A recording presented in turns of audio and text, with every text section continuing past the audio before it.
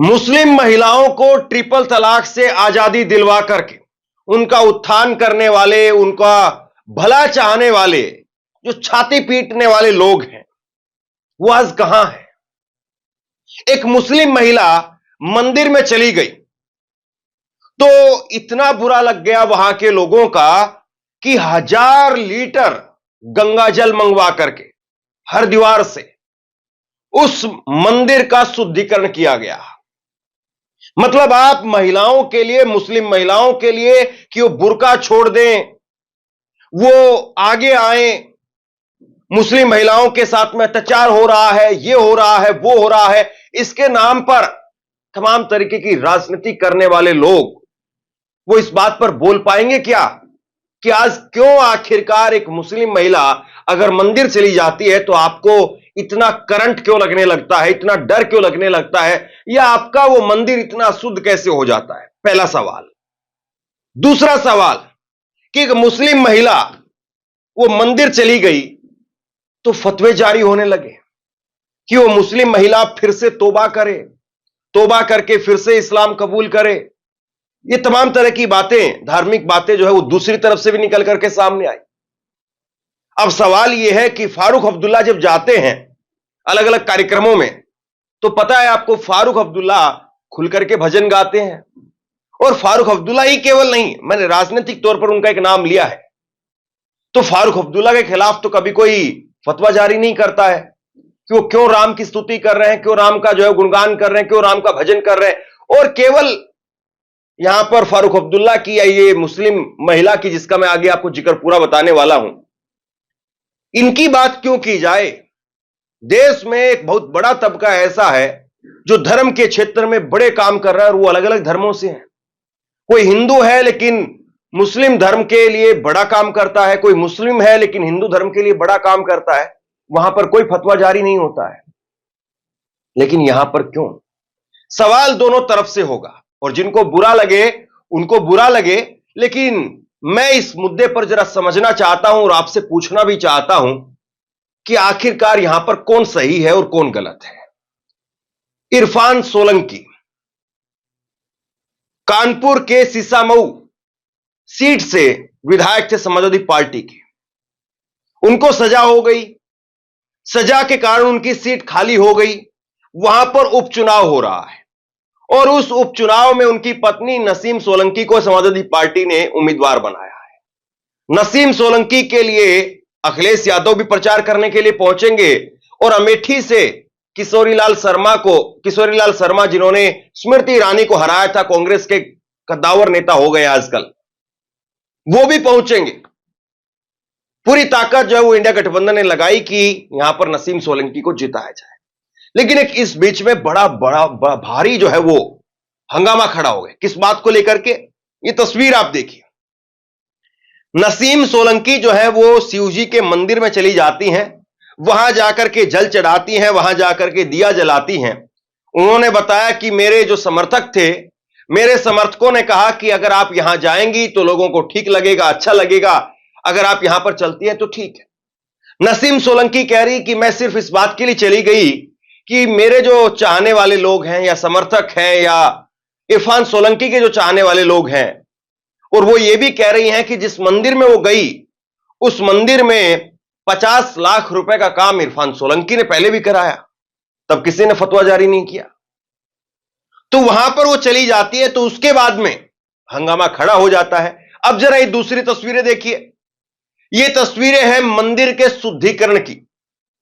मंदिर का शुद्धिकरण किया जा रहा है और शुद्धिकरण करके ये बताया जा रहा है कि देखिए साहब, एक महिला, मुस्लिम महिला यहां आ गई तो मंदिर जो है वो अशुद्ध हो गया। हालांकि बात यहां पर मंदिर में मुस्लिम महिला जाने से अशुद्ध होने की है या बात राजनीतिक तौर पर अशुद्ध होने की है, सवाल यह है। मैं इसके दो बड़े उदाहरण आपको देता हूं। राहुल गांधी काशी में, बनारस में गए और मुझे अच्छे से पता है उनकी यात्रा के दौरान जब वो वहां पर गए थे तो वहां पर जो गदोलिया चौराया है उसको जो है वो धुलवाया गया। बीजेपी के वर्कर आते हैं, उस चौराहे को धोने का काम करते हैं कि देखिए राहुल गांधी वो आ गए तो राहुल गांधी के आने की वजह से ये अशुद्ध हो गया।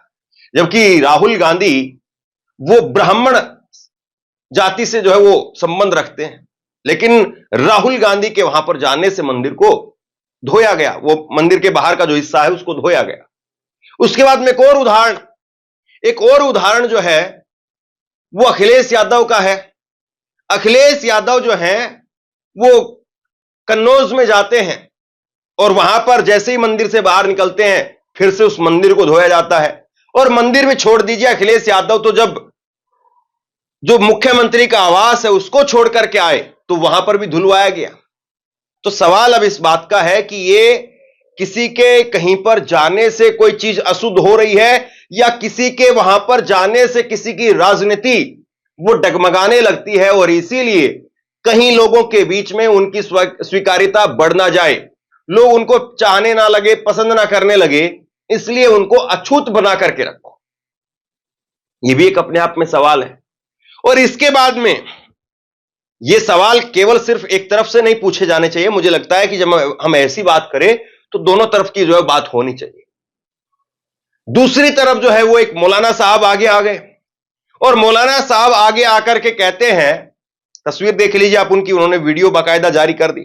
उन्होंने कहा कि अगर कोई महिला किसी मंदिर में जाती है, पूजा करती, इबादत करती है, अगर वो अपनी मर्जी से करती है, जानबूझ करके करती है, तो उसको जो है उस शरीयत के अनुसार उसको अनुमति नहीं दी जा सकती। अगर वो जोर जबरदस्ती करती है, अनजाने में करती है, तो उसके लिए वो एक बार तौबा कर सकती है। मैं यहां पर एक बात आपको साफ कर दूं कि धर्म को लेकर के मैं कोई विशेषज्ञ नहीं हूं कि पुजारी क्या कहते हैं वो बात कितनी सही है या कोई मौलाना क्या कहता है उसकी बात कितनी सही है, मैं नहीं कह सकता हूं। लेकिन मैं इतनी बात जरूर पूछता हूं, क्या फारूक अब्दुल्ला को कभी किसी ने फतवा जारी किया? और फारूक अब्दुल्ला ने कई बार कई मौकों पर भजन गाए हैं, तो उसको आप क्या मानेंगे? यहां पर दिया जला देना वो उसको क्या मानेंगे? और वहां पर फारूक अब्दुल्ला कोई पेशेवर कलाकार नहीं है कि कलाकार है उन्होंने अपनी कला का प्रदर्शन किया, नहीं साहब, वो मुंह जबानी जो है वो गाते हैं, रामायण की चौपाइयां भी बता देते हैं, राम के जो है कई बार और भजन भी गाते हैं। तो वहां पर आप नहीं बोलते हैं, यहां पर बोल रहे हैं। मैं कोई नसीम सोलंकी को या इरफान सोलंकी को ना व्यक्तिगत तौर पर कभी मिला हूं, ना जानता हूं, ना उनकी कोई भोजदा राजनीति से मैं परिचित हूं, सीधी सी बात। लेकिन आप सोचिए कि अखंड भारत, नया भारत या 2047 का भारत, तो ये सारे जो जुमले गढ़े जाते हैं, क्या वो ऐसे बनाएंगे आप कि आज कहीं पर जो है वो खाना खिलाने से पहले ये कहा जाता है जय श्री राम बोलो तब आपको खाना खिलाएंगे? ये हकीकत है आज देश की। और सोचिए कि जो आज सत्ता में है वो इस दूरी को कम कर पाए, इस दूरी को जो है वो पाट पाए या इस दूरी को बढ़ा दिया उन्होंने। नरेंद्र मोदी खूब इस बात का श्रेय लेते हैं, डंका पीटते हैं कि मुस्लिम महिलाओं को चारदीवारी के भीतर बुर्के के अंदर कैद कर दिया गया और मुस्लिम महिलाओं के उत्थान के लिए हम लोगों ने बहुत काम किया, मुस्लिम महिलाएं हमें खुल करके वोट देती हैं। बीजेपी के और कई नेता जो है वो कहते हैं कि अब तो बस केवल जो है वो मौलाना मौलाना बचे हैं, हमारी बहनें इस्लाम की वो सारी इस तरफ आ गई। मतलब वहां पर आप वोट लेने के लिए ये लाइन गढ़ देते हैं कि बस अब तो इस्लाम के मानने वाले जो पुरुष हैं वो सिर्फ उस तरफ हैं, आदमी उस तरफ हैं और औरतें सब इधर आ गई। आप वहां पर बड़ी चतुराई के साथ में इस लाइन को निकाल करके ले आते हैं और इस लाइन पर खूब अपनी वाहवाही करते हो और एक तरीके से दरार डालने की भी काम करते हैं कि मुसलमानों का भी आधा वोट आपको मिल रहा है। वहां पर आप मुसलमानों का वोट लेने के लिए इतना भी कर लेते हैं। और आज ही मैंने आपको एक खबर दिखाई, अभी जब उत्तर प्रदेश में उपचुनाव हो रहा है, सीसामऊ की हम लोग बात कर रहे हैं, इरफान सोलंकी की पत्नी नसीम सोलंकी की बात कर रहे हैं, वो मंदिर में क्यों चली गई इसकी बात हो रही, उन पर फतवे जारी हो रहे हैं, ये सारी बातें हैं। लेकिन एक तस्वीर पर कोई बात ही नहीं कर रहा है, एक तस्वीर पर किसी का धर्म भ्रष्ट ही नहीं हो रहा है। वो तस्वीर ये है आपके सामने, ये है ठाकुर रामवीर सिंह, ये कुंदरकी विधानसभा, मुरादाबाद की कुंदरकी विधानसभा, वहां पर बीजेपी के उम्मीदवार हैं। और देखिए साहब, ये टोपी लगाए हुए बैठे हैं, लेकिन किसी का धर्म भ्रष्ट हुआ, किसी ने यहां पर फतवा जारी किया, किसी ने इनके खिलाफ जो है वो कोई अपशब्द कहे, किसी ने कहा कि धर्म जो है वो अशुद्ध हो गया है, या इस प्रकार की बातें जो है वो निकल करके सामने आई।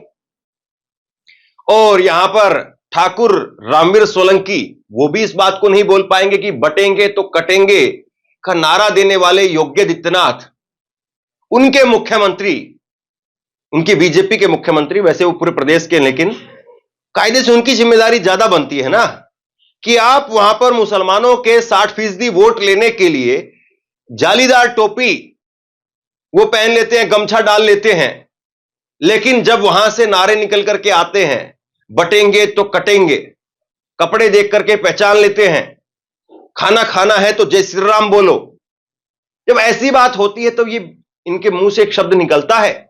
नहीं निकलता है। तो यही सबसे बड़ा सवाल है कि ये नया भारत और अखंड भारत और तमाम तरीके से जो कहानियां या जुमले जो गढ़े जाते हैं, सोचिए कि हम आगे जा रहे हैं, हम पीछे जा रहे हैं। टेक्नोलॉजी के तौर पर आज हम कहां से कहां पहुंचने की बात करते हैं, चांद पर पहुंचने की बात करते हैं। सुनीता विलियम्स, उनका एक बधाई संदेश आया, वो अंतरिक्ष में है इस वक्त में, उन्होंने वहां से अपना दिवाली का बधाई संदेश जो भेजने का काम किया। और सोचिए कि हम यहां पर धर्म को, मजहब को, त्योहार को ऐसा बना दे रहे हैं कि यहां पर अगर कोई चला गया तो बवाल मच जाता है।